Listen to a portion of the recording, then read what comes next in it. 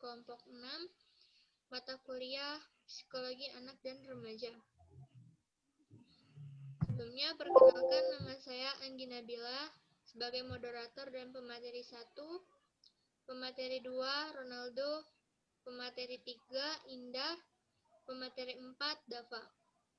Baiklah, saya akan menjelaskan materi tentang pengertian emosi. Emosi diartikan sebagai intens yang muncul akibat dari suatu rangsangan dari dalam maupun dari luar. Emosi bermacam-macam seperti emosi sedih, emosi marah, emosi bahagia, dan emosi lainnya. Emosi berkaitan dengan psikologi seseorang dan suasana hati yang sedang berlangsung. Emosi dapat dikeluarkan berupa perilaku tertentu, perasaan, dan perilaku saling terhubung dengan emosi. Baiklah, materi 2 akan dibacakan oleh Ronaldo. Kepada Ronaldo, kami persilakan.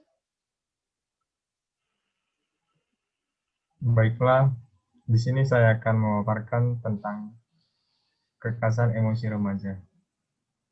Kekerasan emosi remaja diselimuti oleh perubahan fisik, sosialisasi, perkembangan kognitif, karakteristik pribadi dan emosional, independen emosional dan pemberontakan, mudah ekstrim pada remaja, identitas diri, hubungan sebaya, kemandirian dan batas pengujian, serta sikap egois.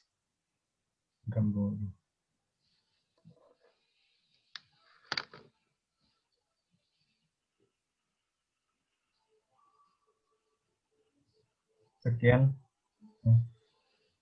dari saya. Baiklah, materi 3 akan dijelaskan oleh Indah. Kepada Indah, kami persilakan. Baiklah, di sini saya akan menjelaskan materi 3. Materinya yaitu mengenai faktor-faktor yang mempengaruhi emosi negatif pada remaja. Faktor-faktor yang dapat mempengaruhi emosi negatif pada remaja ini, menurut sumber yang saya dapat, itu menurut Scarer, Score, dan Johnstone, itu terdapat beberapa faktor yang mempengaruhinya. Yang pertama yaitu kepribadian. Jadi, kepribadian setiap orang itu berbeda. Maka, emosi setiap orang itu juga berbeda. Ada orang yang memiliki temperamen yang besar. Dan juga ada juga orang yang memiliki banyak emosi yang positif seperti rasa sabar dan lain-lain. Selanjutnya yaitu kualitas tidur. Kualitas tidur yang baik itu yaitu 7-8 jam. Jadi, apabila orang yang memiliki kualitas tidur yang baik itu biasanya memiliki emosi yang cenderung stabil. Sebaliknya, orang-orang yang biasanya kekurangan waktu atau kekurangan jam tidurnya atau kualitas tidurnya kurang baik, itu biasanya memiliki emosi yang tidak stabil atau dapat mempengaruhi emosi-emosi yang negatif. Selanjutnya, stres. Orang yang memiliki kadar stres tinggi itu akan mudah terpengaruh oleh emosi-emosi yang negatif. Dan orang-orang yang memiliki kadar stres rendah atau tingkat stres rendah itu dalam pikirannya biasanya sering bermunculan emosi-emosi yang positif. Dia lebih stabil emosinya. Selanjutnya yaitu olahraga. Dengan kita berolahraga, itu dapat memacu atau mengalirnya oksigen ke seluruh tubuh, termasuk ke otak. Dalam otak itu terdapat hormon yang namanya oksitoksin, yang mana hormon itu memacu rasa bahagia atau rasa senang dalam diri seseorang. Nah, apabila orang kekurangan berolahraga, maka itu akan mempengaruhi emosinya, sehingga emosi-emosi akan bermunculan emosi-emosi yang negatif. Selanjutnya yaitu keadaan hidup sehari-hari selama per minggu ataupun per hari. Jadi, kejadian atau hal-hal yang dialami seseorang sehari-hari itu dapat mempengaruhi emosinya.